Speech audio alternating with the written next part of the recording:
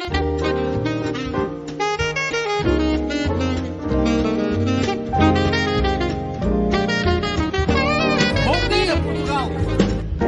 Portugal, there's a YouTube show full of fun facts you need to know. Carl rings the bell and the members show to the GMP morning show. Featured guests will come and they will blow your mind.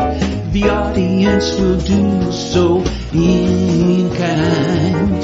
The little vanity mixed with some insanity on the morning show with GMP. Good morning, Portugal, and I'd like to welcome you to another fantastic day. Hey, you gumpers.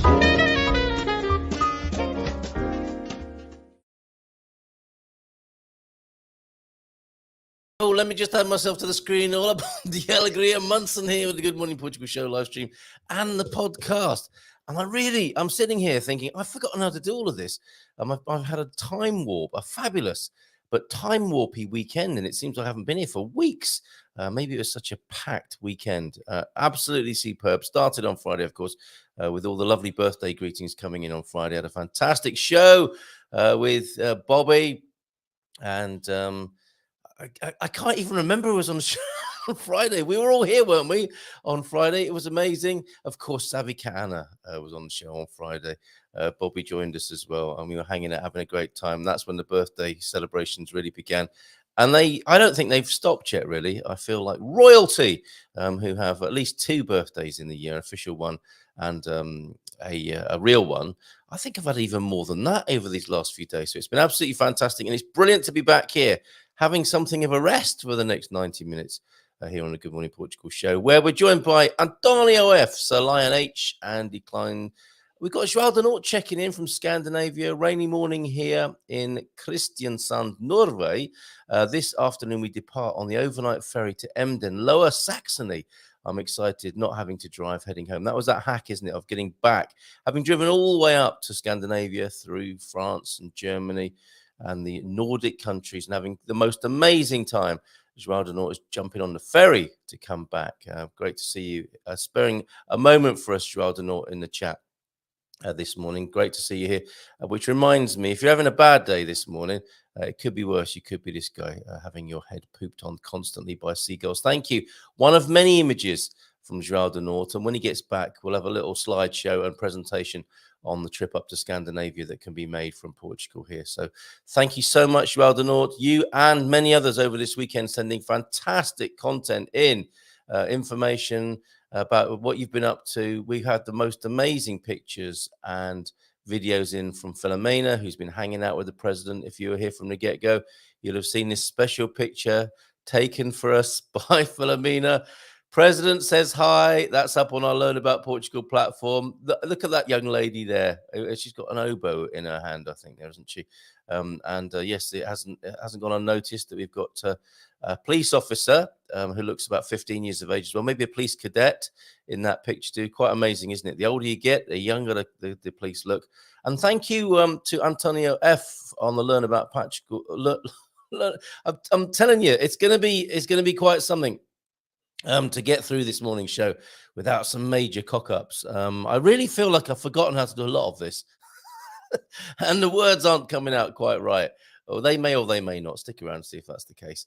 On Learn About Portugal, talking of the Policia, you will see the distinctions. If you don't know your difference between your PJs and your PSPs and your GNR, we've got a lovely distinction description of the various police forces on Learn About Portugal, submitted by Antonio F. So thank you so much for that. And here is that, if I remember rightly, will be a PSP police. No, that's I think that's a PSP police officer, isn't it? On the left of the screen. And of course, center stage, having recovered from the Actimel Moscatel combo last week. Where he had maybe one too many and had to be carried to a place of safety and make an afternoon recovery. The president was back in Tamar with Lord Gilchrist and Filomena the wonderful, our beloved Philomena, who sent us the most amazing pictures and videos, including this one. So thank you very much indeed, Philomena. I think we got another picture of you, haven't we, especially, and then a couple of reels of wonderful videography of the crowds and the amazing ladies, of course. The gentlemen of the partners parading the streets for the Tabuleiros, Festa dos Tabuleiros, which happened this weekend. It's the ladies who are doing heavy lifting, literally, which you'll see in a little while when I bring you that video. But here's only 4 seconds featuring Philomena. This is hilarious. They put it earlier. There she is, in an unguarded moment. Let's bring my frame back onto the screen. Yeah, there you go. I love that. Thank you so much, Lord Gilchrist and Philomena. They put it earlier. That before or after she was put into the stocks, which I think also happened this last weekend in Tomar. So, really the high point of Portuguese cultural festival life, isn't it? The Festa dos Tabuleiros, not taking anything away from anyone or anywhere else in Portugal, but that really is a very special festival that happens once a year, just like the Olympics, and happened in these last couple of days. And I'll string together a lot of video that was sent to us by Philomena. We'll play some clips this morning. But I'll take my time and put together the wonderful video that Philomena sent us over the weekend. An incredible time. Were you there? I know a few of the Gumpers were there. Lee McGrady, Jean, where have you been? Lovely to see you here. Lee McGrady's in with Good Morning People. And Jean's in. Maybe the Portuguese classes have concluded. I thought I said every 4 years. Do beg your pardon. I said it was like the Olympics every 4 years. Anyway, Pete, absolutely right. Every 4 years, Cole, not once a year. Jean in, perhaps those Portuguese classes have concluded then. Have you got your A2 now, Jean? Olá todos, feliz segunda do Mon Carapacho down there in the south this morning. Yeah, Lee's in with a Good Morning People. Thank you very much for that invitation, Lee. Much appreciated. Hoping to see you there. And it must be difficult juggling primary school and a policing job. Would you say that to their face? I wonder. Peter, good morning to you. Bairandi is in. And Bairandi this morning is behind, probably not the safest place to be with our Learn About Portugal quiz this morning. Let's take a look at that now. Let's bring that onto the screen. I want to show you the food I had yesterday and talk to you about the food and the views that I enjoyed over my birthday weekend. But not until we've had a look at the weather and the Learn About Portugal quiz. And do remind me if I'm forgetting anything this morning. It feels so strange. And it feels like I haven't been here for a very long time and I've forgotten about how to do a few of the things here this morning. What's new, you might say? Always seems like that, Carl. Okay, here's the quiz, Portuguese quiz of the day. Learn About Portugal quiz for Monday, the 10th of July, 2023. If I scroll down a little bit, you'll see an unfortunate occurrence for the young lady. Oh, ow, oh. On the screen there. Barack and Bairandi have already been over to learnaboutportugal.com to make a guess. Pictured here is Bairandi's recent visit to a Central Portugal event, featured, of course, on our Gumper map. And there's a link to it from this quiz question this morning. And where he went, there was a grid laid out upon a field, and animals were invited to roam freely. And, of course, you know what happens next. Apparently, in this particular scenario, a pig, goat, duck, piglet, 2 rabbits, and 2 cockerels were unleashed. The winners of this game, and I use the word loosely, choose the correct grid references upon which the collected animals unload their waste products. Another euphemism there. Today's challenge is to name the game. Notice Andy's learned authentic Portuguese dexterity in holding a beer in a bifoma whilst taking the pictures, which I will zoom into there. You see, we featured this before, didn't we, about Andy's incredible skills there, taking photographs and holding a beer in a bifana at the same time.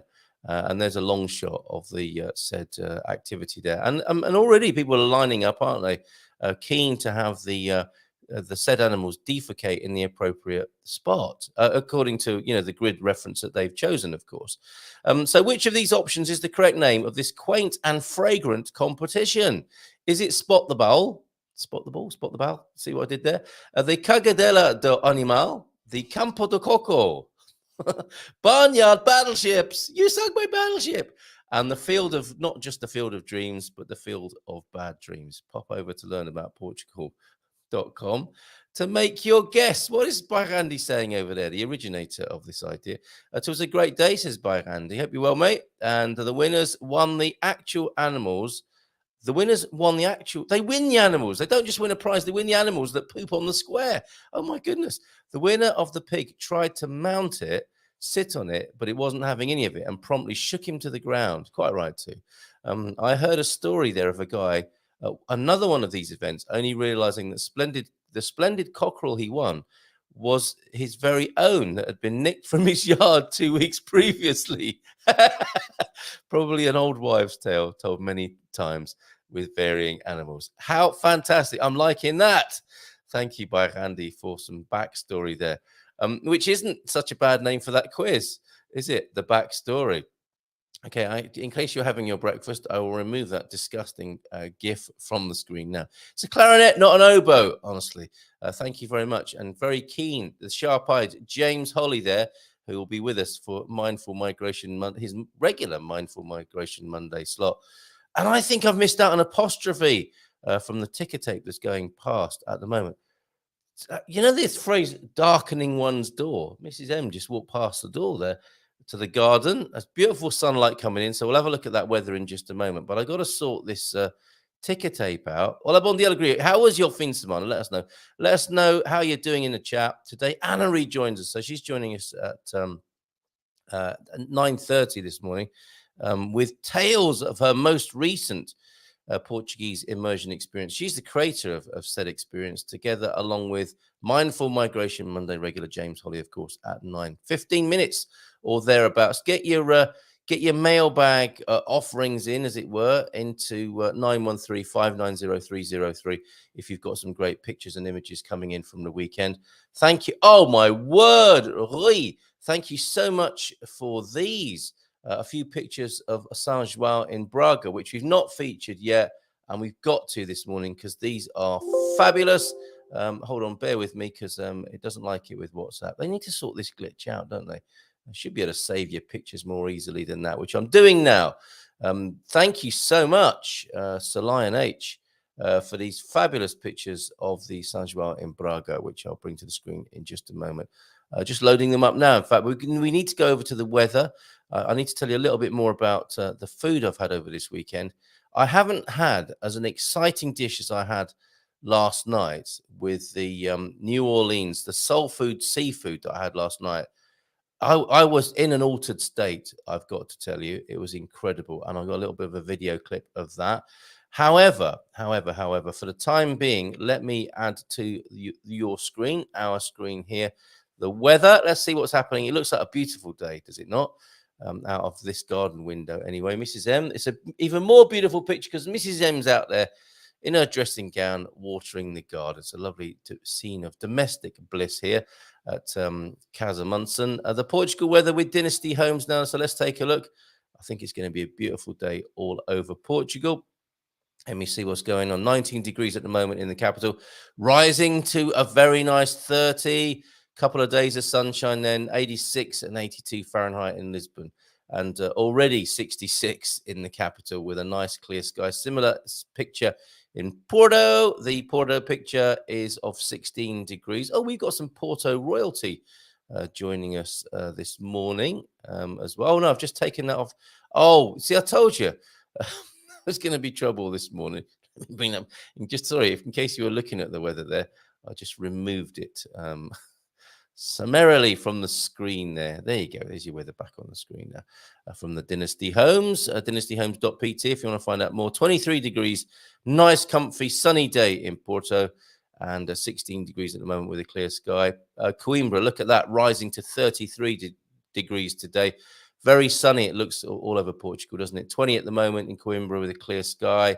Faro at 22, rising to 27, and Braga, where we'll see some pictures, 31 today. Aveiro 24, Beja 39, Castelo Branco 38, Évora 39, clear sunny day all over Portugal, 27 degrees in Leiria. Santarém 36, a sweltering 36 as well. Vizia 34. And we continue to have a lovely breeze here on the Silver Coast. Our lovely friends Mike and Dia here, really enjoying it. They live further up north and have enjoyed the breeze here. We've been swimming in the sea. I've been in the last 3 days. It's been fantastic. Bragança 33, Guarda 33, Porto Alegre 38 today. It's a full house of sunny, clear skies across Portugal today. 34 in Villarreal, 24 in Viana do Castelo. And I suspect over in Azores and Madeira, slightly different. Yeah, 17 degrees, a mere 17 degrees, currently 11. That's going to be the high, 17 degrees in Madeira today, and the Azores 23. And a cloudy day. Great to hear from Aviva in Madeira over the weekend. Hope you're doing good. Aviva. Let's bring those. That's the Dynasty Homes weather then. Let's bring onto the screen those beautiful pictures of the São João in Braga, where we'll be, of course, for a Discovery weekend in May of 2024. Look at that. That is, wow, Portugal. You are amazing. And more pictures to prove it there. Look at that, Braga and the São João Festival. Don't they do that beautifully in Braga? Great time being had by all right across Portugal for these last few weeks. Isn't that amazing? And it's not over yet. It is not over yet. Fabulous. Let me bring onto the screen the climax of my culinary weekend. Look at this. You're seeing, this is the creation of Dan. This is a seafood, well, crab and shrimp boil with sweet corn in there and some of his seasoned fries. And for the first time ever, the vegan special, pulled jackfruit. And I shared that with our vegetarian friends here yesterday. They couldn't believe it. Oh, and Bev's fruit salad. This is truly amazing, this food here. And I did have a foodgasm pretty much last night.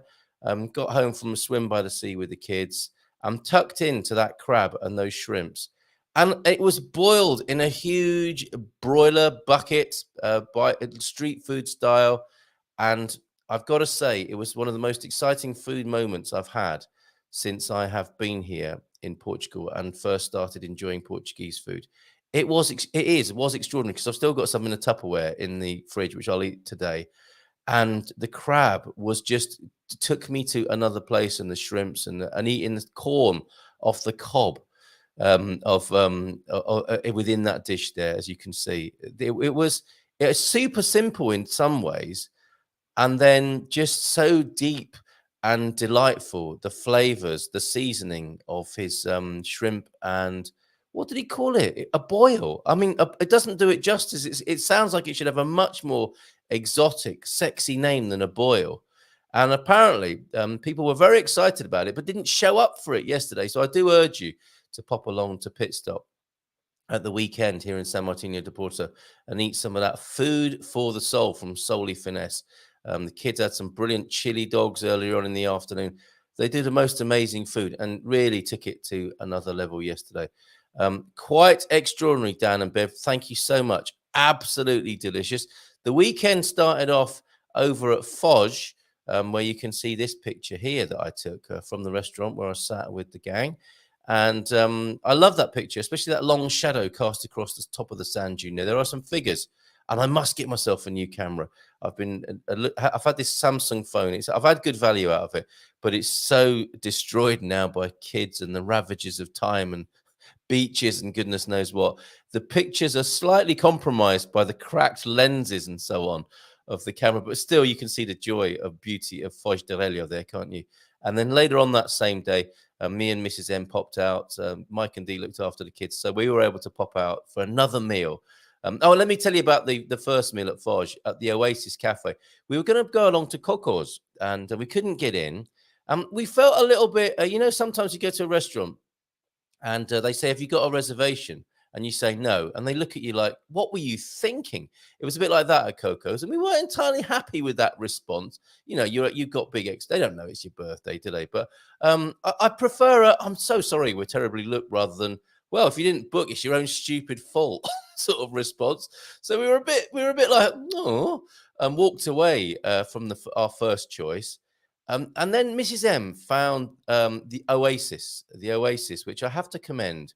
And I'm glad we ended up there because it was proper, unassuming. You would never know how good the food was going to be. They didn't make a big deal of it. It wasn't busy. And we thought, okay, we'll just have a drink maybe and a tosta mista. And we had the house bacalhau. We had a plate of shrimps. aguilio, I think, fried, if wild shrimps they were called. So I'm guessing they were some Atlantic shrimps rather than farmed ones. Done on a platter, plenty of bread to dip in there, beautiful salad. The kids had fantastic, they had chicken nuggets, but they weren't chicken nuggets. They were chicken breast cooked by the chef in the kitchen. That's some proper food. And it was delightful, delicious, and we had this view. So thank you, Oasis, and the wonderful Katarina who served us there. It was lovely talking to you as well. So heartily, thoroughly recommend Oasis at Foz del Helio for you there. And then later on in the evening, we popped out again, me and Mrs. M, spent some time together, which we very rarely do alone. And we didn't. I mean, after a few minutes, you don't know what to talk about. I haven't got any kids there causing a ruckus and distracting you. And we went to one of our favorite places to Baia Cultural Bar in San Martino de Porto. Snap this picture on the way to Baia Cultural Bar. And Anna and Ricardo looked after us beautifully. Please come to San Martino. Go to Baia Cultural Bar where we had their signature shrimps. A lot of shrimps that day. And a baked chili cheese. Bread to dip into that, cornbread, lovely glass of local red, lavada, I think, made. And she recommended the Alcobaça Wine Museum. And we had the most fantastic chat with Anna. The place, Biocultural Bar, is full of wonderful Portuguese ephemera, souvenirs, retro. She's got vinyl turntables there. Well, yeah, there are digital turntables, aren't there? But she's got vinyl turntables, and you can select. She offered me the chance to DJ in there. We met a lovely couple. Grania and Joe were in there, and we started chatting with them. Had the most beautiful end to my birthday day. But that was just the beginning of my birthday weekend, basically. I won't bore you with any more details, but been in the sea 3 times, and it's been amazing. So a lovely weekend. James to come at 9. Anna joining us at 9:30. I think I've got still loads to show you. Oh, yeah, we've got video from the Festa dos Tabuleiros as well. It's been an amazing weekend in Tamar where that picture of the president came from, especially for us. So where were we? We were saying hi to everybody. Jean, Pete, Antonio F, all in the chat this morning. Coach Turner was in early. Capricorn 12, Bob. Bon dia todos. You're making my mouth water talking about Dan and Bev's food car. We definitely enjoyed them and their food when last in San Martino. It took it to another level, Bob. They really did. And purchase a fine, help the cause. Is that from the young police officer there? See you soon, James. And you got some visual dad jokes for us as well. I feel like I'm out of sync with the chat here. And I know I was going to bring you something, and I've forgotten what it was, but we'll come back to it. We've got a whole more than an hour together yet. Bon dia Gumpers from Coach Turner then. Great weekend of motor racing at Donington with cars ranging from 50 to over 100 years old. Wow. And some of the participants, by the sound of it, Coach T. Very relaxed atmosphere and great people, can recommend to any petrol head. God's core tip of the day then. Another weekend of inappropriate food and drink, including bacon and sausage baps. Get in! A curry, beer and wine. I will be eating more judiciously this weekend. The highs and lows, the ups and downs. So today I should have a healthy soup for lunch and chicken salad for dinner, making sure to include a wide range of ingredients as possible, I need to replace the monoculture. Maybe you can too. Yeah, thanks for that reminder there. But it's not enough. I've got my leftovers of shrimp and crab. It's not a gumbo, I don't think. It's a boil. And some more of that pulled jackfruit as well, which was extraordinary. I've never had it before. It was incredible. He's nearly back, but not quite. T-Duck, deep thought from T-Duck, and more to come next week. Eat, drink, and love. The rest is not worth a nickel. Lord Byron responding there to Coach Turner's God Squad tip of the day. Eat, drink, and love. The rest is not worth a nickel. That's a bit weird, though. Lord Byron, did he talk about nickels? Wouldn't he have said a penny? I would have thought, but who knows? We need a fact check on that, don't we? Hugger Slug's friend James, Bon dia Gumpers, he can deliver that himself. Deagle's in, Bon dia Carl and Gumpers from what was a dry, not too sunny Belfast, over the weekend. 18 to 21 degrees, plenty of sitting outside the office. And if you are at all involved in the terrible injustice of Noah Donahue, there is a crowdfunder at the moment that you might want to get involved with to make that independent investigation happen. Absolute travesty. And let's see what we can do for Noah. Morning to you, Deagle. Hola, Malta. Tudo bem? I'm with you there, Coach T. Back in Blighty for a spell and overindulging in all the good, bad stuff. plus out of fitness routine. Good walk later though. Bird watching with Dad. Oh, that sounds lovely. Regards to the old fella there by Andy, and great to hear from you this morning. Yeah, and we heard from Joao de Nort, didn't we, in Kristiansand, Norway, and we'll have a fully featured slideshow with Joao de Nort when he returns with all that incredible, really incredible views. Scandinavia, an amazing tour that you've had up through France and Germany. So Lion H is in those wonderful pictures of Braga there. Good morning, everyone, from Andy Klein as well. Antonio F was in with a Bon dia todos. Really appreciating your work at Learn About Portugal. Antonio F, thank you so much. Clarinet. Did he play the clarinet? How does James know that? He's a jazz man, maybe. Bon dia alegria. Diane told me that those cadets are paid €800 a month and have to pay for their own uniform. It's outrageous, isn't it? Yeah, it must be difficult, you says Pete, juggling a primary school career and a policing job. Naughty. And Antonio F responding, I think, a first-year police officer, a PSP GNR, earns €900 a month and receives a small monthly allowance to help them pay for his uniform. And top of the morning, Bobby O'Reilly. And I was thinking, Bobby, we must visit Dan and Bev as part of our shenanigans and fun that we're going to be having later on this year. Then remembered you didn't eat seafood. So maybe they'll knock up something a bit different for you. We'll have such fun talking to Dan and Bev, I'm sure. And Andy, I was thinking of you and Bobby as I was tucking in, and I think we should chat with Dan and Bev for sure and have some fun with them. Street food style here in San Martino de Porto. And in Aveiro, it's 24, sunny, and a nice breeze again, a coastal breeze in Aveiro. Great to hear from you, Andy. And Antonio F, GNR and PSP, the institutions, not the officers, keep 30% of the money paid in road fines. Doesn't seem right or fair, that, does it? That incentive to punish people just to boost up the wages when the government should be paying them much better wages. We'll come back to more of your comments and greetings this morning. Capricorn 12 is on the train. Try the Kabul red eye was Frank's suggestion to you, I think.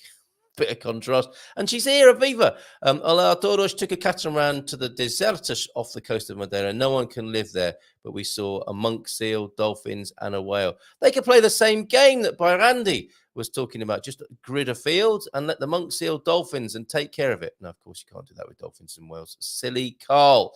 Quinta entre Águas. Bom dia, alegria a todos de Pombal con Sol. Good morning to you, Matty and Sarah Yermanin. Let's play a couple of vids from the Tabuleiros, the Festas Tabuleiros. Oh, come on, Carl, get a grip this morning.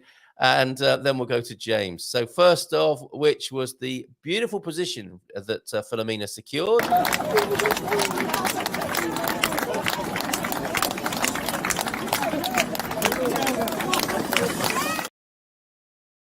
That is one of the positions. This was the first position.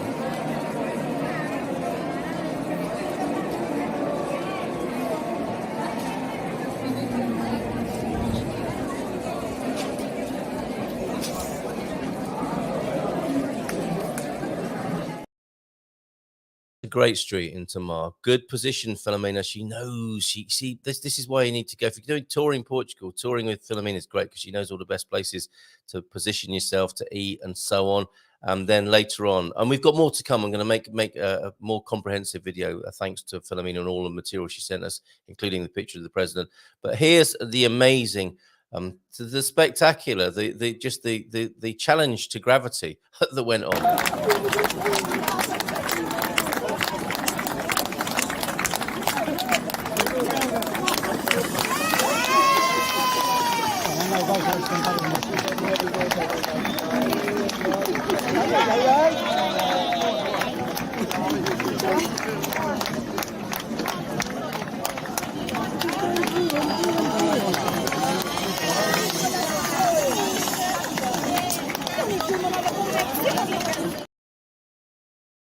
Now, it would have been pretty warm there, wouldn't it? And those ladies did an amazing job. So congratulations to each and every one of you for carrying the bread and flowers on your heads. Gentlemen got off lightly there. If you were there, what are the black handkerchiefs or cloths that the gents have on their shoulders? Is that to take the strain of the tray at some point, I wonder, or is that just part of the uniform? Is it strictly ceremonial? I don't know the answer to that. Maybe you do, and we're gonna speak to James and have his best guess in just a moment after this.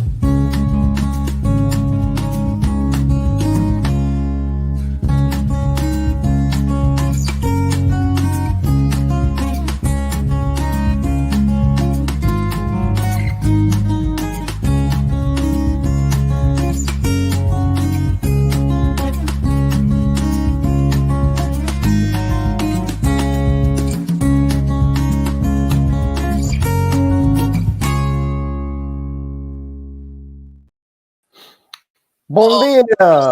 Sorry about that.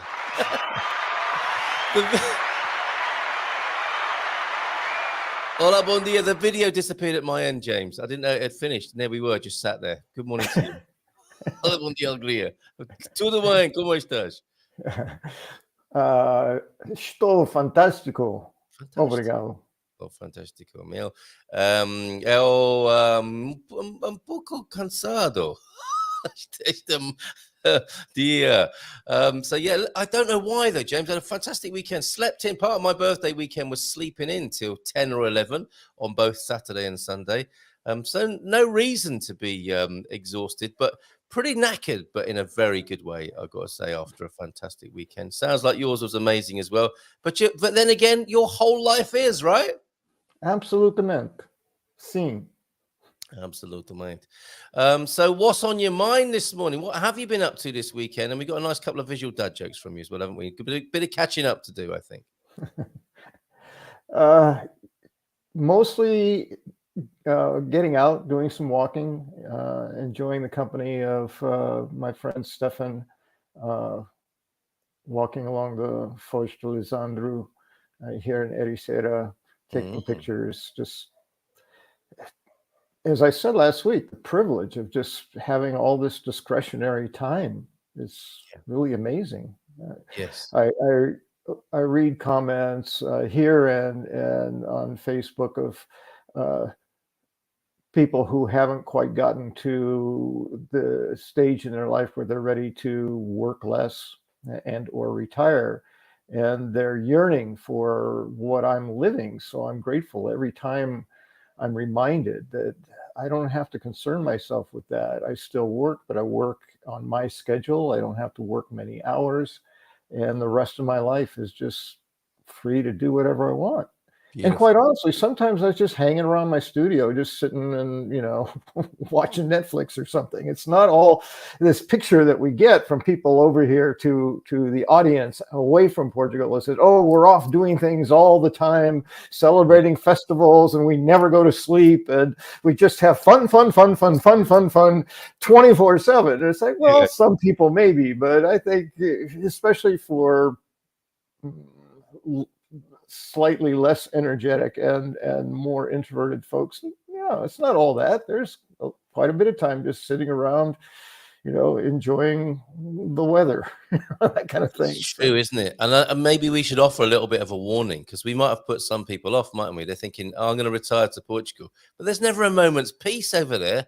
That's right. I'm so disappointed. I had 5 minutes of nothing. So you can choose. You don't have to be festering constantly day and night. The opportunity is there for sure. You could, if you were a party animal and you didn't want to give that up as part of your retirement, I think you could. And this is have a great time. Yes. This is what amazes me. Why Portugal isn't sold as that in the travel shops of the travel agencies around the world. It does seem to me sometimes like the non-stop party capital of the world. Fair enough.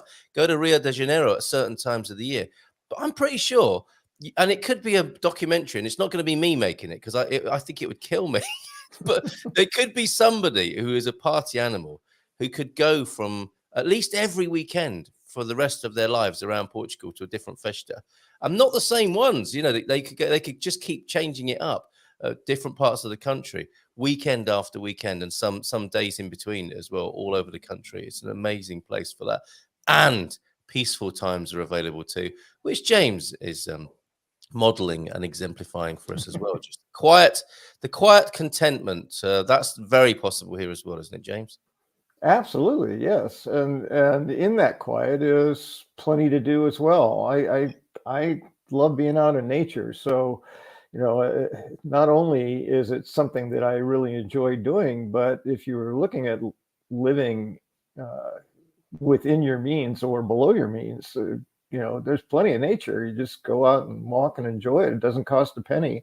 Yeah. And you can go home when it's dark, and you don't have to be up till 2 a.m. waiting for the feature act. Waiting for That kind dinner. of thing. Waiting for your dinner to arrive. Yes, yes. My Portuguese family here are still struggling to adjust to my schedule. Louisa says, because I eat twice a day. I have a small meal in the morning, and then I have a main meal in the late afternoon, and that's pretty much it, which is not the Portuguese eating regimen. It's And not, is it? she's finally getting used to. She's referring it to what first meal and second meal. So, Yeah. have you had your second meal? Yes, I have. Thank you. And do you think Portuguese people like we're having conversations, making sense of the culture? There might be Portuguese people having a chat on a podcast, and they're like, these foreigners are incredible, aren't they? They invite you around for dinner, and you say, okay, what time should we turn up? And they say 6 o'clock. What is wrong with them? What? That's like cocktails or something, isn't it? Do They they have a mean coffee or a beer or they something. mean in the Sit around. evening? In the evening or the afternoon? Yes. Or the morning? What am I supposed to turn up for dinner at a foreigner's house? So Pete did 30. Look at this. We did over 30 festivals. Woo. Or did they do you?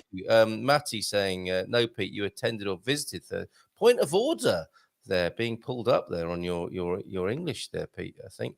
You did not do them a lot. We don't know that. Well, now we're bringing a whole new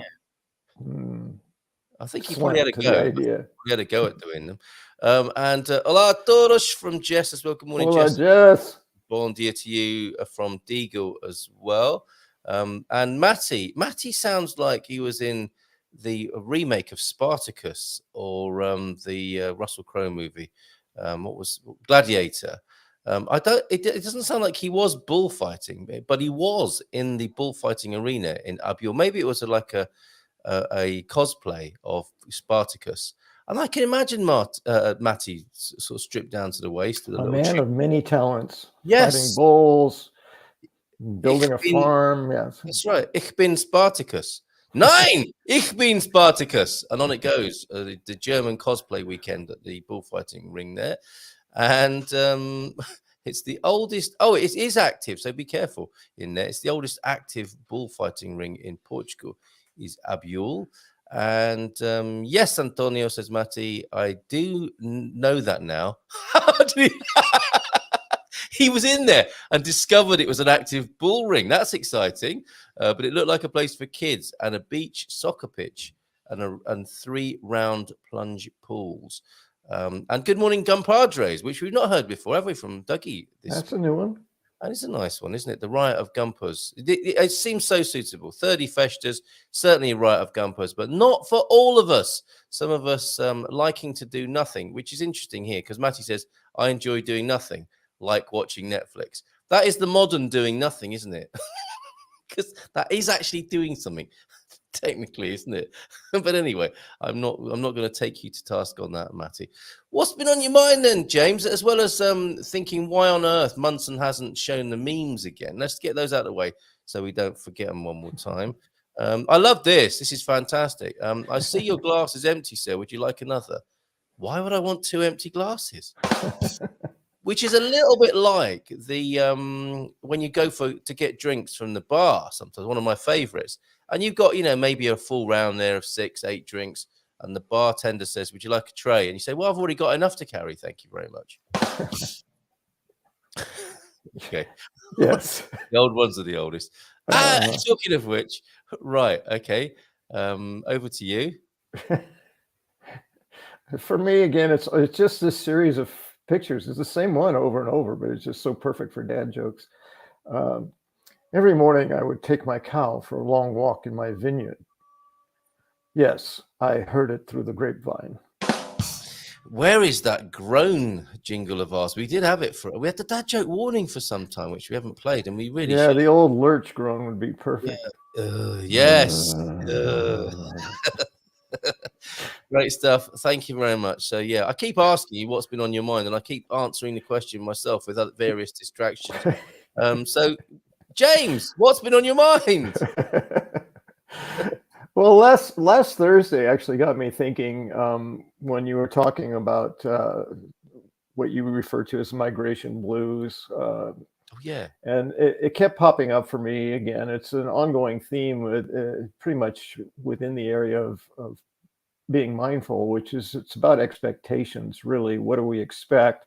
And if our expectations are not met, then there tends to be frustration and disappointment and so on.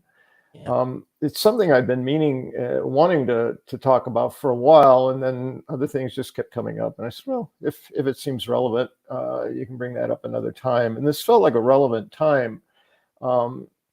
I initially was thinking, because I like the good alliteration from time to time, and I was thinking of mindful missing in migration, because I was thinking about something you asked me quite a while ago now. You asked me what I was missing being here in Portugal. And I answered your question, and you said that surprised you. And I've always wanted to get back to it. I thought, well, this would be a perfect intro to the notion of missing. Do you remember asking that question? Probably not. It was quite a while ago. I don't remember the moment, but I can imagine asking you that, because I think Yes.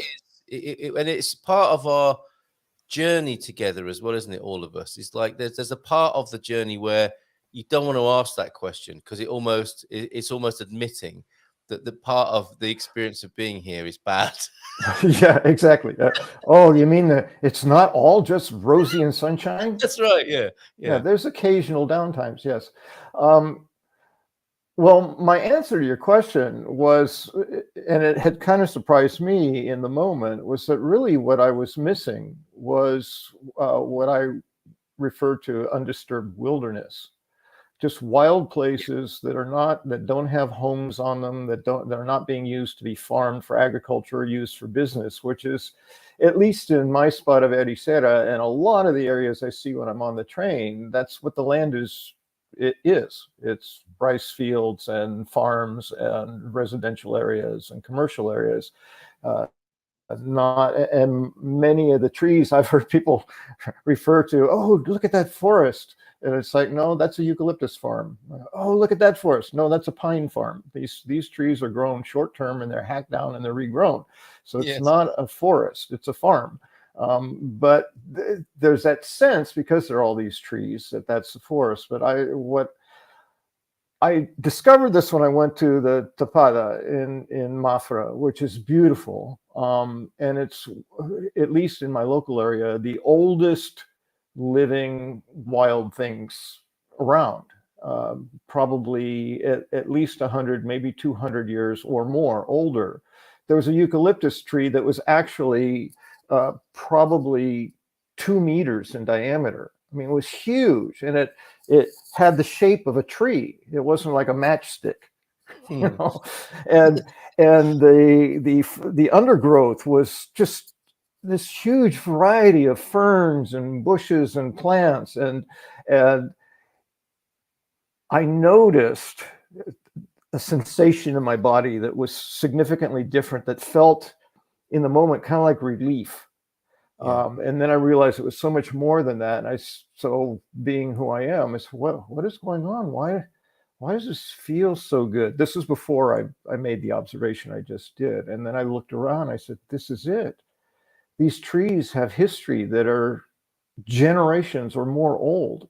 They're holding energy of kings and peasants and people from who knows how long ago. I mean, maybe not that old, but and it's undisturbed. It's not been mowed down or pruned or managed somehow by humans. It's just basically out here growing.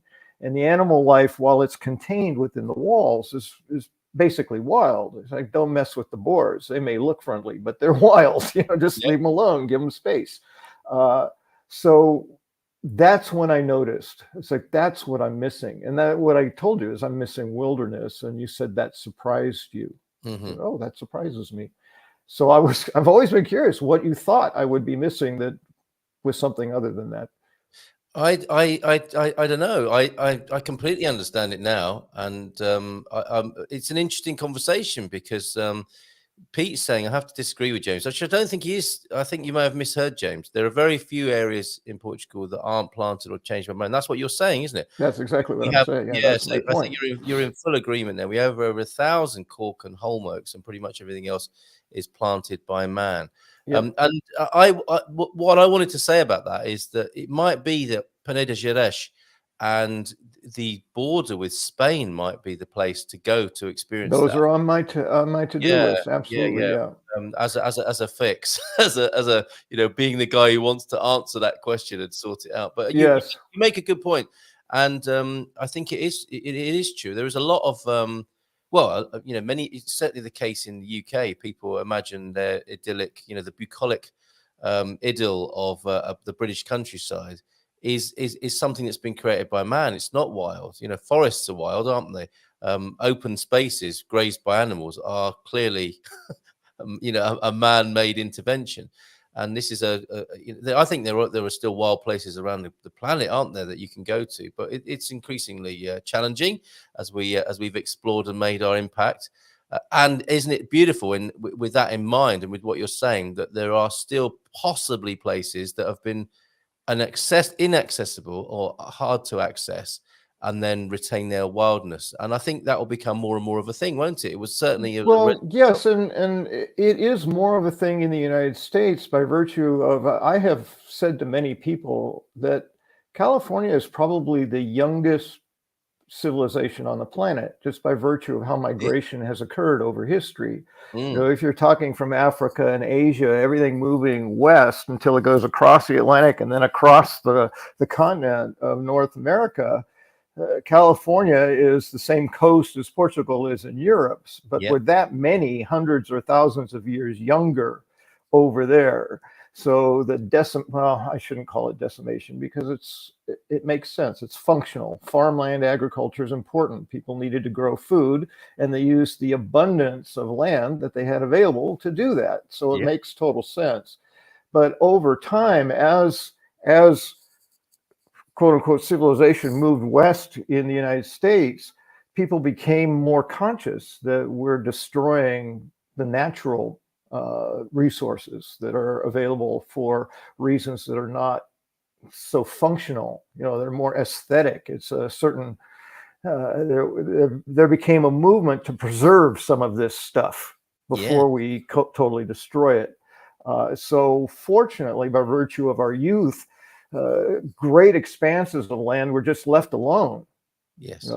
Called preserves, actually, not a reserve, but a preserve, where we're just going to leave it as it is.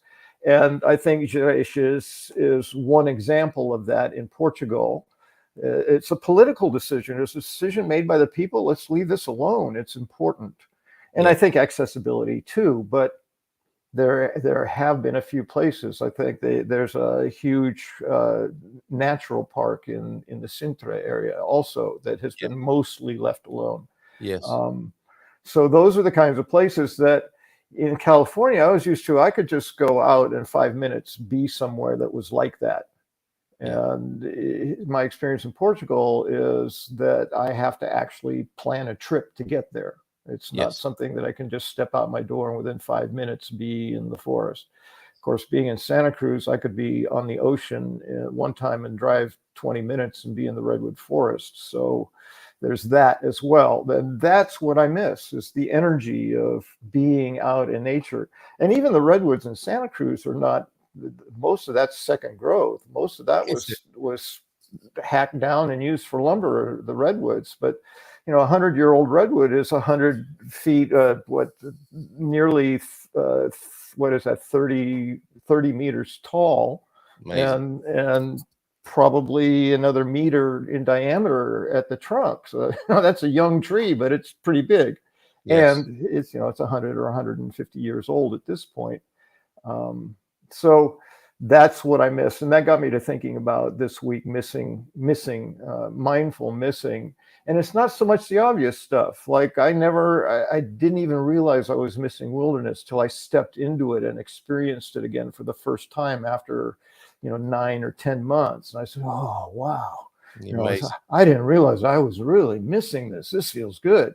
Yeah. So I was wanting to bring our attention more to the things we might not have considered, or the less significant things that are more obvious, like family and friends, or types of food, or favorite places that we miss because we're not there anymore. But on a more subtle level, like wilderness, for instance, some of us are dedicated, not dedicated to, but are really clear that nature is our thing. And so, yes, if I don't have that, I notice it. I just didn't notice it for me until that experience. So it can be both ways: what you're anticipating you might miss before you get here, or what you're realizing you're missing after you get here. And it's especially that second one that was touched on a bit last week in terms of the migration blues. Part of that is, what am I missing that I'm not getting? When I first got here, I thought it was my coffee, but I'm over that. I got over that in about 6 months. It wasn't that. So things might surprise us if we take a moment to think, is there anything that I am missing? As wonderful as my life is, the things that I'm loving being here, the culture, the people, all the positives that we talk about all the time that are absolutely true. What if there's a sense of yearning, or if there's a sense of, something's not complete? What is that? And what might it be? What did you anticipate missing that you're not missing? What are you missing that you didn't anticipate missing? And also on the other side of that, actually, which is I'm reminded of it because it's you didn't know you knew you were missing it until it dawns on you. And I think this can be I was talking about this yesterday, actually, with our friends Mike and Dee here yesterday. I've never felt so at home in all my life as I do here. Now, in many ways, that's not necessarily directly intrinsically to do with Portugal. That's just to do with where I've got to in my life, and having extinguished something, some drive or dysfunction that allows a sense of being at home, which I'm unaccustomed to. Or, my whole life has been quite nomadic, and I come from a long line of nomads who I think have an issue about feeling at home.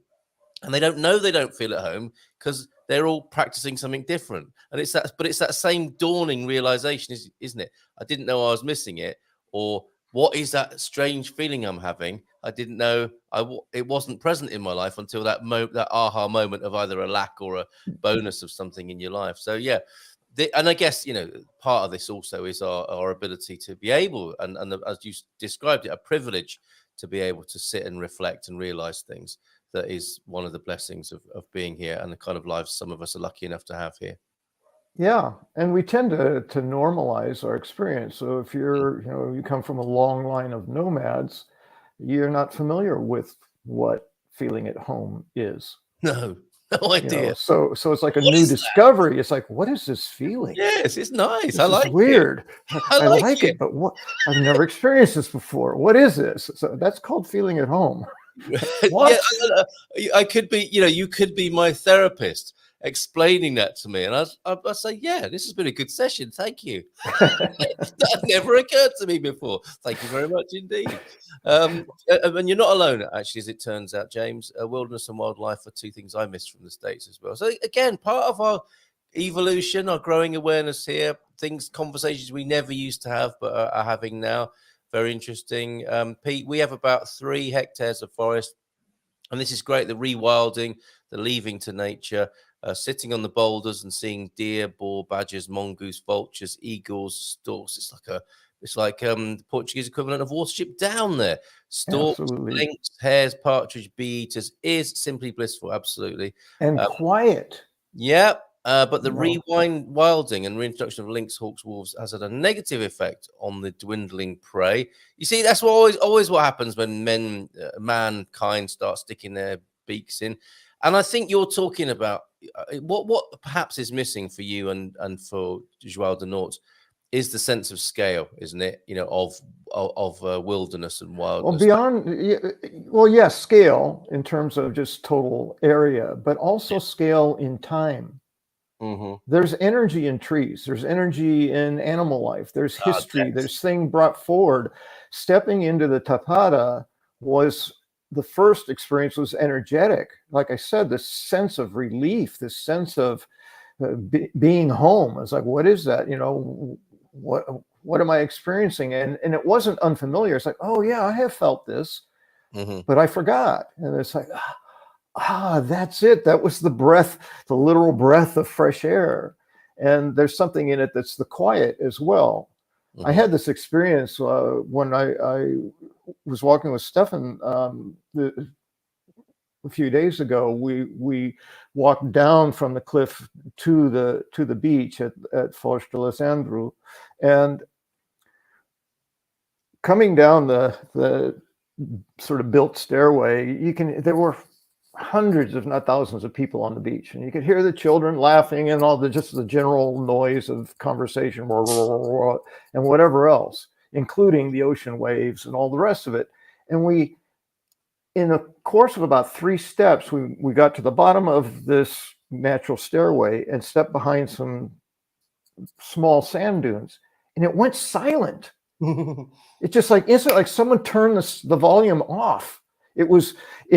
It startled me. It was so quick. It went from it's like total silence, no sound. You couldn't hear the wind, couldn't hear the ocean, couldn't hear people.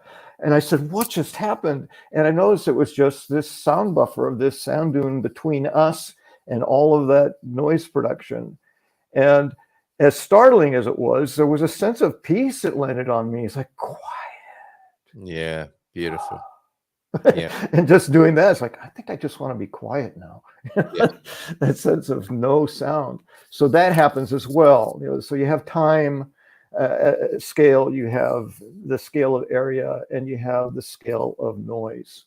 And all of that is significantly this we will continue, I'm sure, with our sort of investigation or pondering of this phenomenon, because Portugal, of course, has a very low population density, and at the same time has been quite affected by humans, as you're remarking here. So it's quite amazing, isn't it? You might expect with a low population density for there to be more wilderness and wildness, but this will continue, I'm sure.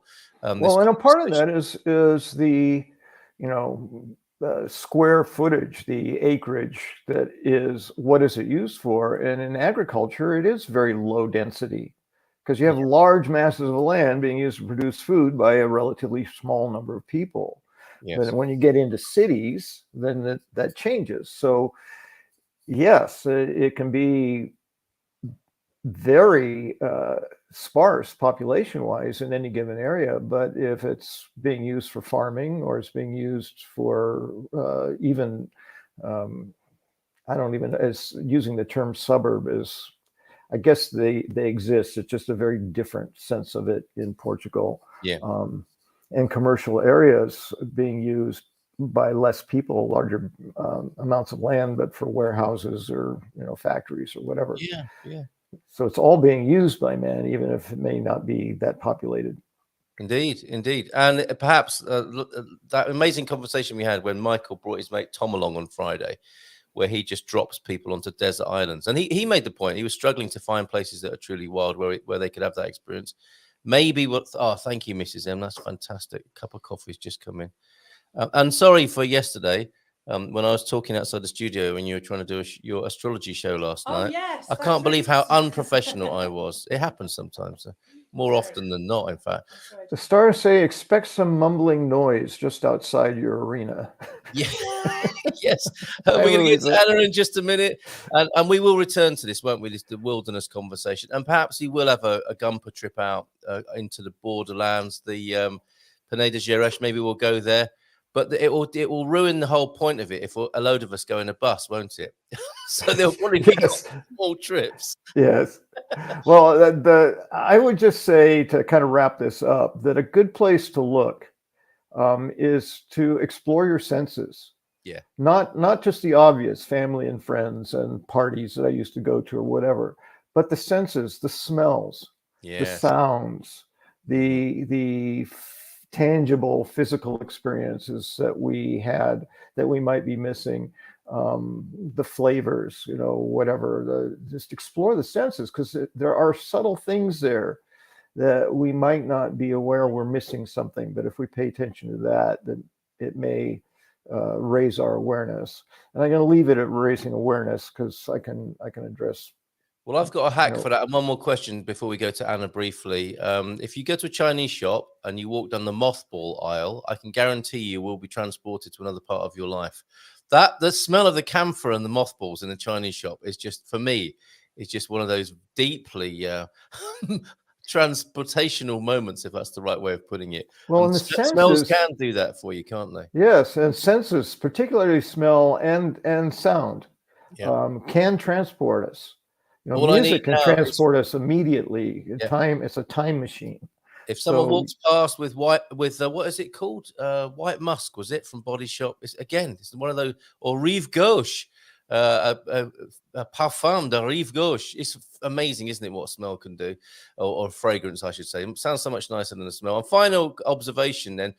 Greetings from the Alvor. Plain speaking Yorkshireman Paul Richards. Why the bloody hell do therapists have to put a label on every bloody thing? Then suddenly the patient has a name they have never heard of and start working out about the label rather than accepting life.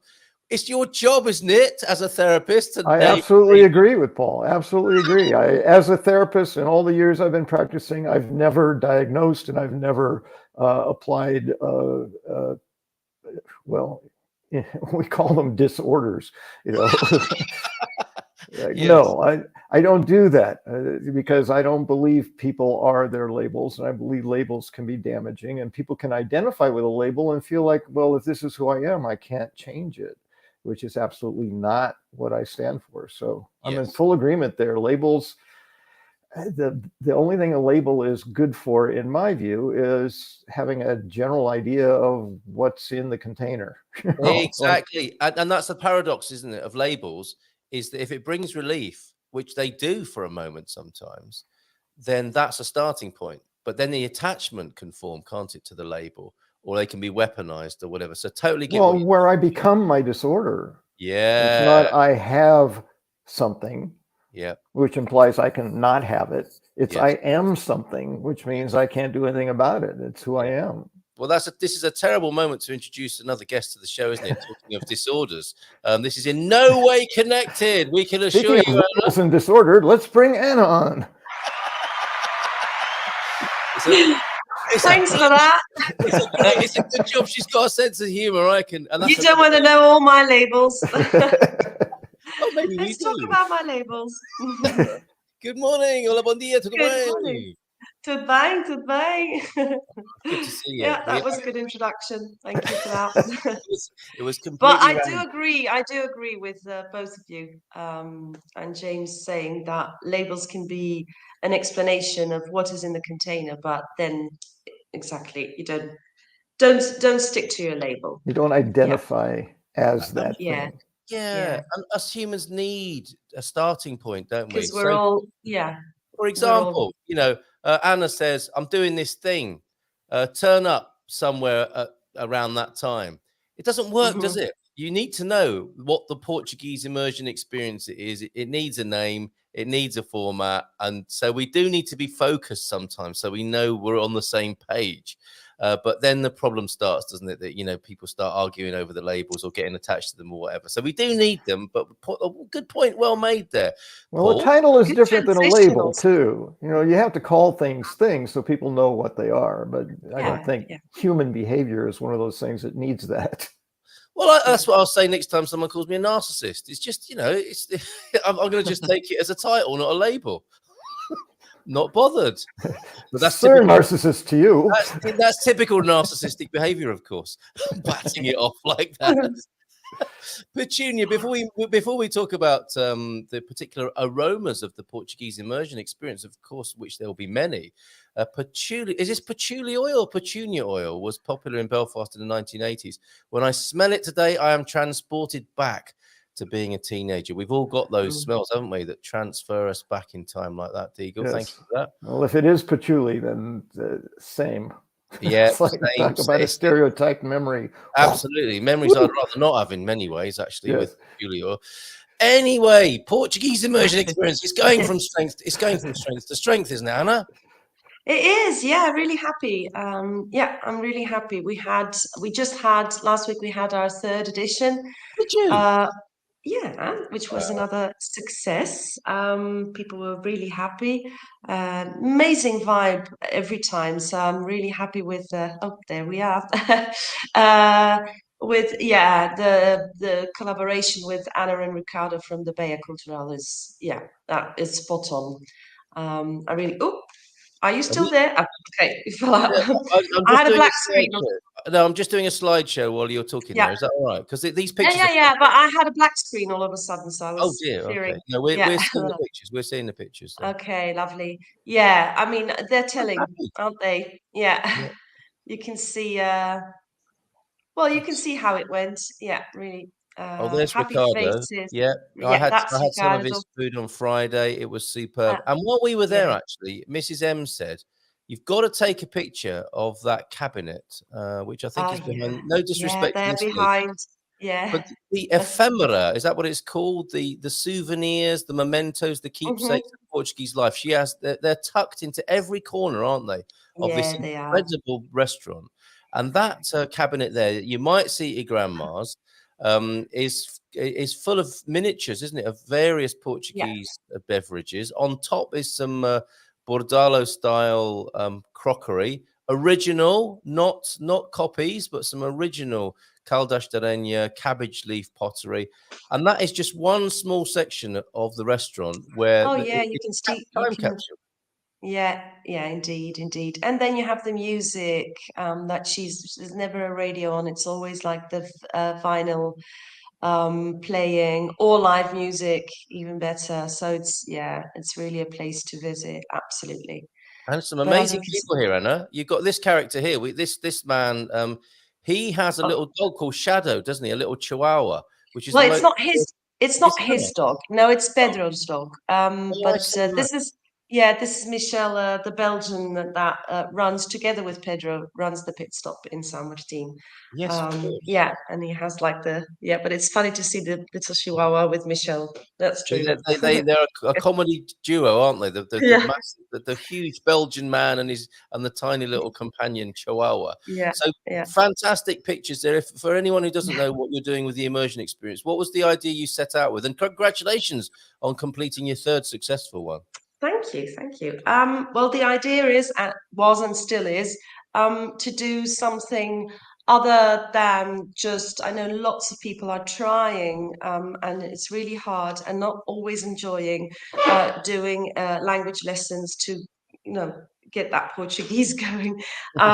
So we're trying to organize events, and this is the first one. So slowly but surely. Um, Organize events that include language instruction or lessons or whatever you want to call it, but in a relaxing setting, having the effective filter completely open, and meanwhile learning about the culture. So learning how to cook. This one we learn how to cook some Portuguese dishes. Of course, we eat them, and we have nice drinks, and we're like immersed in the setting and in the Portuguese culture.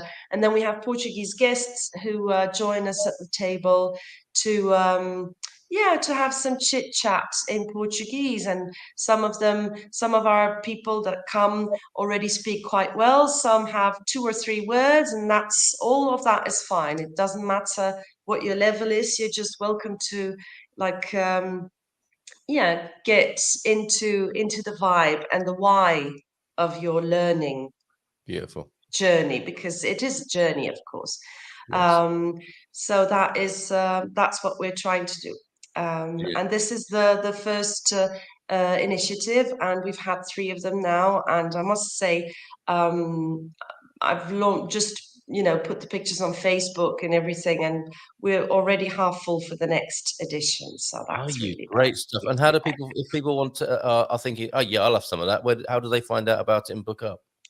Well, I have a Facebook, or we have a Facebook page now, the Portuguese Immersion Experience. So if you Google that on Facebook, you should find I'll it. see if I Or can you, do that. Yeah, I'll see yeah, if I or can you, do that and give everyone a link. okay.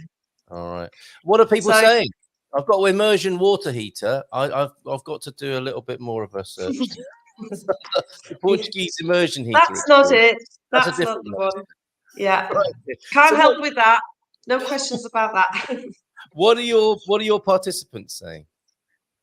Well, you can read it all on the Facebook page, because I post the Oh, cool. reviews, but there's nothing but positive. People are really, really happy. And I have some people who are waiting, for the next opportunity to do it again. Oh, So that's cool. really nice. Okay. Yeah, Must be good going then. to All right. have some hardcore fans of the place and the event. So that's really nice. Well, And we've got some new events probably coming have up. There's you? one, yeah, there's one. I had contact, good talk with a bakery so it's Ooh, again food. Sorry, it's food again. But very I know different. that people Right. love Yeah, food, of course. definitely. Yeah, so one of the bakeries in San Martin went, "Hey, what are you doing there? I want that too in my bakery. Would be great." And she has some amazing ideas. So, Does it begin with if C? you, pardon? Does the bakery begin with C? I don't want to give anything away, but does it begin with C? It's the one that begins with C on top of Oh the, my word, that is going to be fantastic. Well done, yeah. Anna, on securing that. And, I and the haven't done anything yet, but yeah. all right, So I'm yeah, rooting. yeah, there's something coming up. So you might learn how to prepare your favorite sobremesa Oh, in amazing. in Well done. Portuguese, and yeah, so that would be great. All right, we Um, found it. We found it. have And you found it? hopefully, yeah, well, I'm hoping nobody sends me a disgusting Facebook message, which sometimes happens. And I hope that's Yeah. not blasted across the screen as we're talking. No, I Here's can't some see any. feedback. Thank you for a wonderful evening. The Portuguese and English were easy for me to understand. The food was delicious. I will be back as soon as possible. Super friendly team. Great Portuguese experience. Thank you for the cooking, food, and music as well as music in there. I will grow in confidence with my Portuguese, and listening to the group really helps. So there you go. Yeah, this is fantastic, Anna. It's a great job that you're doing. I think you got fan mail coming in about it as well. And when we first talked about it, of course, it was going to be part of a bigger event, wasn't it? Which I think we'll still have, won't we? I mean, I think that's the idea, isn't it? It's absolutely the idea. Yeah, I really still want to organize a 3-day event, 2 or 3 days in San Martin, Yeah. and we still have the good great connection with the Storytellers Palace. I'd love to have Oh, like yes. yeah, I mean the setting is just so unique there, and people are amazing. Everyone who goes there's been there says the same. It's just a really special place because of the building, but also because of the people that work there. And Marco is amazing, and his Yeah. staff is. So I would like to do like a true language project where we go 3 days and try to really learn the language while using it in all different types of smaller events like we're doing right now, the isolated one. But yeah, I'd love to have a 3-day event, and for the people who are really serious about learning the language in yeah, Well, you while have a particular way, while don't you? Yes. experiencing it. Yes, it's very I think important. the embedding of Experience. what people learn Yeah, is yeah. really very different in how you do it. No disrespect to other styles. People have their own Well, favorite no. ways of learning things, don't Yeah. they? yours is an experiential and fun way of learning, I would say, Mhm. and I for it hope to so. scale up. And perhaps, we've got these discovery weekends emerging now. We've got the first one booked in Lisbon, but we're going to stay south of the water to give people an amazing experience of Lisbon south of the water on the 16th and 17th of September. Then we go to Tamar on outskirts. Again, it won't be like Tamar as you know it. It will be be locals involved and giving us a slightly different experience. And we'll be popping out to the legendary Alviagra as well on the 14th or 15th or both of October. We've got Braga in May of 2024. And you and I are thinking when we might have our weekend in San Martino de Porto. And you said it needs to be springtime, doesn't it? So maybe next year, spring in San Martino de Porto? Yeah, I think everything is more beautiful when the sun's out and when it's warm. But we have this gorgeous bay. I mean, you have to be able to fully appreciate the beauty of the bay, I think. And it's just a nice idea to start spring, life starting all over again, and then you returning to your homestead to do your weekend. Yeah, absolutely. So what does that sound like to you, James? In fact, you're going to join us in spring of 24 in San Martino de Porto? I'd love to. Part of the challenge for me is around transportation. It's not that big a challenge, but and then while I only work a couple of days a week, it's what day it falls on. Because if it's a work day, then that doesn't work. But other than that, absolutely, yeah. These are weekends. The format the venue and the location will change, but the basic format for these is to arrive. Some of the Gumpers might like to hang out on the Friday night and just acclimatize and take on board some of that incredible substance for helping to speak Portuguese, which is often red wine and Portuguese wine. So we start as we mean to go on a Friday night, perhaps with a couple of glasses of vinho and some conviviality and a bit of Portuguese. And Saturday, brunching together. We'll pick somewhere where we can meet and brunch, and maybe a tour on the Saturday afternoon. Then a party on the Saturday night. Then another brunchy affair on the Sunday morning, and another tour on the Sunday afternoon, and then home and having booked up for the next one on the Sunday afternoon. So that's the basic format wherever we go, or the working, the draft idea basically of how we might do these. And I think that could fit quite nicely, couldn't it, with the immersion experience, Anna? That style. It could. Have to see how we do that. Yeah, but yeah, absolutely. I think the significant difference is the intentionality with language in the immersion experience. As I've been with well-intentioned English-speaking people say, "Oh, let's speak Portuguese," and that's good for about 3 minutes, and then it's all English again. So having that intentionality is part of an event. Yeah, but I think it's still a balance that you have to. We don't. That's the first thing I say when we start the cooking lesson or the language cooking lesson at the Bayer is we're not at school. I'm not going to say, let's just stop speaking English. Yeah, some people are really, really, really uncomfortable, and the idea is just that by the end of the night they feel confident enough to try at least, and that if you have that, it's done. It's Brilliant. Mission accomplished. It's not about because it's so. I understand it must be to many people. It's very daunting to come somewhere, to be somewhere, and to.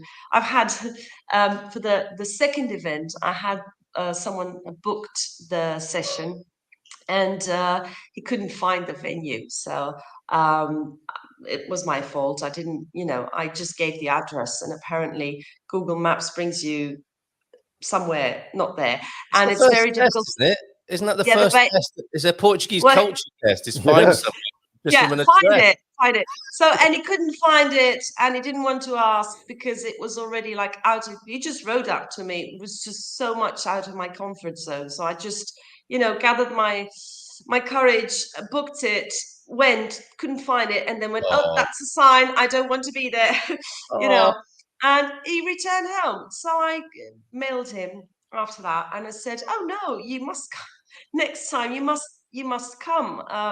I can refund you, but I would really like you to be there, especially because you don't feel comfortable.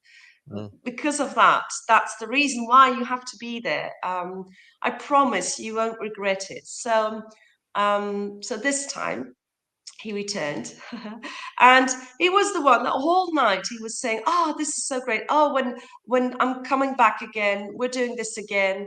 I'm so happy I've done it. So happy I've done it." So if that is, well, that is great, isn't it? And It if it's is not superb. about Let us turn around. Yeah. he didn't, he didn't go back with like being completely bilingual. That's not the goal of the evening. Is just to feel comfortable in a setting where people speak Portuguese, Cool. and comfortable enough to not feel an outsider and to try to learn and to grow in the process.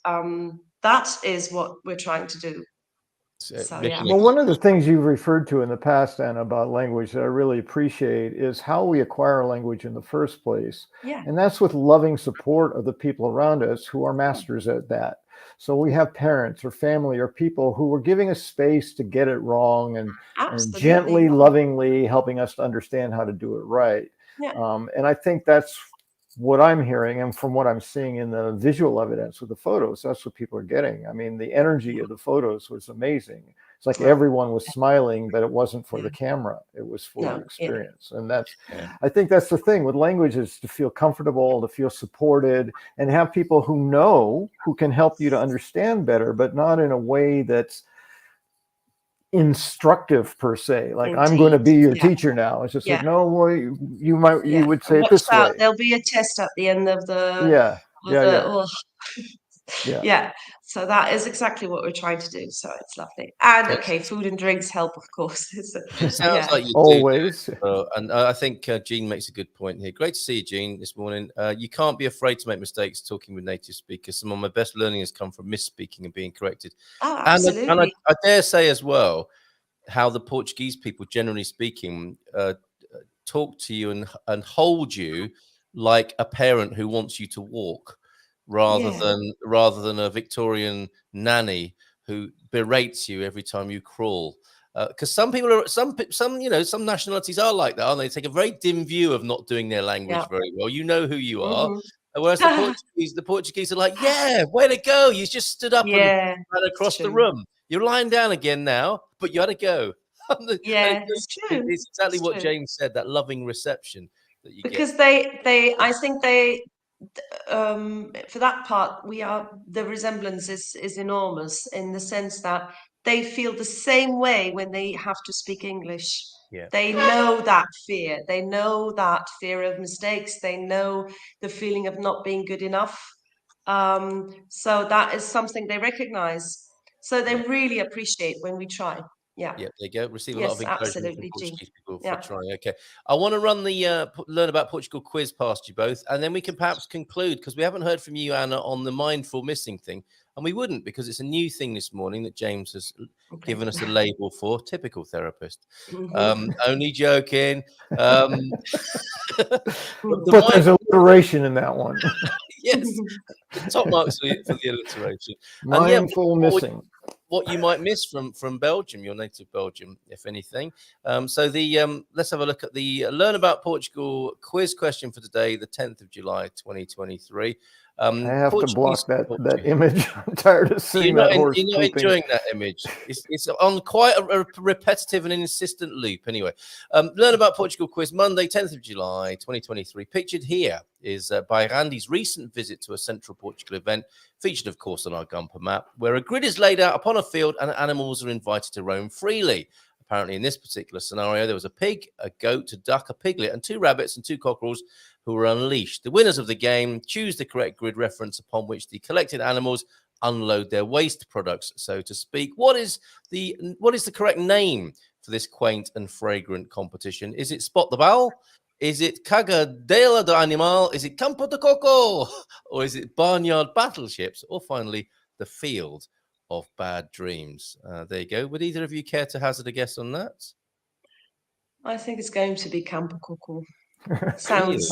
I was going for that one too, and I said, well, there's alliteration in that as well. So, but I have to say, this is not only Portuguese. Is it not? It's they're not. not the only ones It's that not. have It this. exists. It exists in Holland, Does it? and it's called schijt je rek, and it means shit yourself rich. Okay, they win. They win, don't they? Anyway, yeah. Get Schijt je yourself rek, rich, yeah. yes. I know Okay. it Who exists wants to in be a Holland. millionaire? All right. Yeah. For anyone who was offended by that, sorry, I'm a bit late. Late. Again. So, yourself rich is the name Yeah. the Dutch give that game. Okay, well, all right. So it perhaps comes from agricultural traditions rather than particularly Probably. Portuguese traditions. Just bored. Yes. What are you going to do? Work day's done. We got all these animals. Let's have some fun. Yeah, so I can Laughing imagine. at I it. can imagine how it'd be invented. You know, having a couple of beers after a hard day's work and just Yeah. watching the animals shit and go. If we just draw lines now and we bet on where that was And it too may late. even started with predicting where a given animal was going to do that. Just Yeah. sitting watching. Oh, that one's going to do it on that rock over there. Yeah, I can imagine how it was born. The idea. Probably, sure. Yeah. James is already thinking, I suspect, of a wilderness version, which takes 10 years to complete, where you're waiting for an Iberian lynx to crap in a very particular small square in the middle of nowhere. That's a lifetime of work right there. It's a lifetime of work. So, thank you for your contributions on that. It was more than I was hoping for. Yeah. You asked for it. Yeah, I did. Mindful missing. Anna, anything you missed from the old place? Very difficult question. Is it? Of course, I miss my family and my friends. Yeah. That's obvious. See? But other than that, I loved what you said, Carl. Like I've never felt as at home as I do here, and especially what you said after that. You know, it's wherever you go, you always take yourself with you, Yep. and you can't run from yourself. So if you take yourself with you wherever you are and you are happy with the way that you are now and the life that you are living and the choices that you have made that have led up to that life, then I think that is the key to being happy. And I am very happy with the choices I've made. Well, not all of them, but the ones that brought me here. The ones you're happy not very with. happy with all my choices, though. You're happy with the choices that you're happy with, yes. Yeah, well, indeed. And generally speaking, more happy than not by the sound of it. And I'm glad you feel so. That resonated with you. This, absolutely, yeah, 100%. I do feel at home here, and it is, of course, because of the beauty of the country and the people and everything. But it is more about what the feeling to me of finally have done what I believed I needed to do for me. Yes, And not being worried about all the things to be worried about and all the negative thoughts that you tell yourself, but also that other people, they go like, would you do that? And what are you going to do there? And why? And feel liberated but because of that, even more than because of the country. Yeah. Superb. So glad to hear that. That's wonderful. Congratulations on your third successful immersion experience. Here's to many more, and seeing it evolve. I think when you run events like this, things happen, don't they, that aren't a part of the original? Because you had the idea yourself, didn't you? And that exists within your own imagining and hopes for this event. And then presumably as people come and book on and take part in it, they're bringing you new ideas that you might run with as well. Oh yeah, absolutely. And also it's with everything, because you say it lives in your head, but it only comes to life when other people are joining, whether it is Anna and Ricardo, with whom I've had great meetings or talks about ideas and about the philosophy behind everything, and all the people coming to the event, and they bring their own story, and it's just so an enriching experience. It's much more than just something that you want to launch, or yeah. They are So wonderful. it's And yeah, they've been there. it's They'll be celebrating. Anna was telling me on Friday night they'll be celebrating 7 years there later on mhm, this year, and that's yeah. a great achievement, I think, in Oh, hospitality. yeah, They're they amazing. have And so, lots of they're amazing. Yeah, by a absolutely. cultural bar, I made a little video about it a long time ago, and perhaps if you turn up there, you can say as a Gumper, any chance of a go on the decks as a little Gumper special there, so you can go and DJ at the Biocultural Bar because you're a Gumper. I'm sure she won't mind. Anna, great job. Last words to you then. Our mindful missing and mindful migration man, James. What more might you say to conclude on this matter? Well, I guess it's pretty much the same every week, which is, for me, I've experienced a lot of personal power in being mindful, in taking time to look within, in assessing what's going on with myself and coming up with some ideas, because from there, then I can make the choices I need to make to, as Anna said, be happy. Those are the choices we're talking about. So there's power in that. And I always encourage people to take a moment, maybe not as many moments as I do, but, but take a moment to, if something feels a little off, like something doesn't feel quite right, like maybe it feels like I'm missing something, like rather than go, oh, it's not important, take a moment and say, what is that? What is that? What's that coming from? And I think what you discover is incredibly empowering. So that's what I would say. You get Take a round of applause. You get a round of applause for that. I love it. Oh no, that's not the round of applause. You get cancelled for that. I'll be the round. I'll be the round of applause. Anna, thank you. And Anna, thank you so much for being here this morning. So just one last reminder of the Learn About Portugal quiz this morning. Oh, thank you so much for that, Carl. Yeah, thank you. Apparently they do in the Midwest. Time for breakfast. Nice plant milk. Okay, so it doesn't just happen in Portugal, but there is a particular name for it in Portugal, which I'd like you to guess at learnaboutportugal.com. Anna, have a great day. James, have a great day. And we'll see you all again in the morning. Take care and bye for now. Ciao, ciao. Ciao. Bye-bye. Bye-bye.